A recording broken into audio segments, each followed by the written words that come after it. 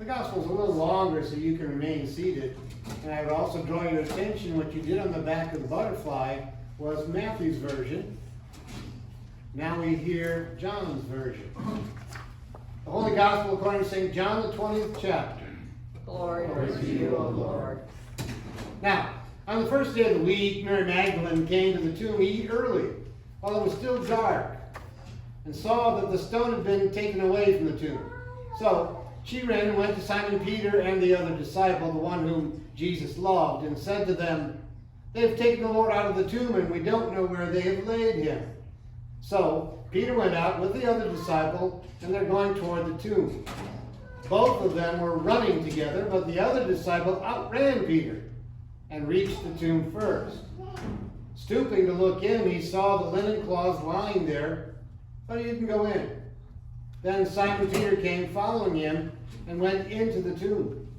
He saw the linen cloths lying there, and the face cloth, which had been on Jesus' head, not lying with the linen cloths, but folded up in a place by itself. Then the other disciple who had reached the tomb first also went in. He saw and believed. But as yet they didn't understand the scripture that he must rise from the dead. Then the disciples went back to their homes. But Mary stood outside the tomb weeping, and as she wept, she stood to look into the tomb, and she saw two angels in white, sitting where the body of Jesus had lain, one at the head and one at the feet. They said to her, "Woman, why are you weeping?" She said, "Well, they've taken away my Lord, and I don't know where they have laid him." Having said this, she turned around and saw Jesus standing, but she did not know that it was Jesus. And Jesus said, "Woman, why are you weeping? Whom are you seeking?" Supposing him to be the gardener, she said, "Sir, if you have carried him away, tell me where you have laid him, and I'll take him away." Jesus said to her, "Mary." She turned and said to him in Aramaic, "Rabboni."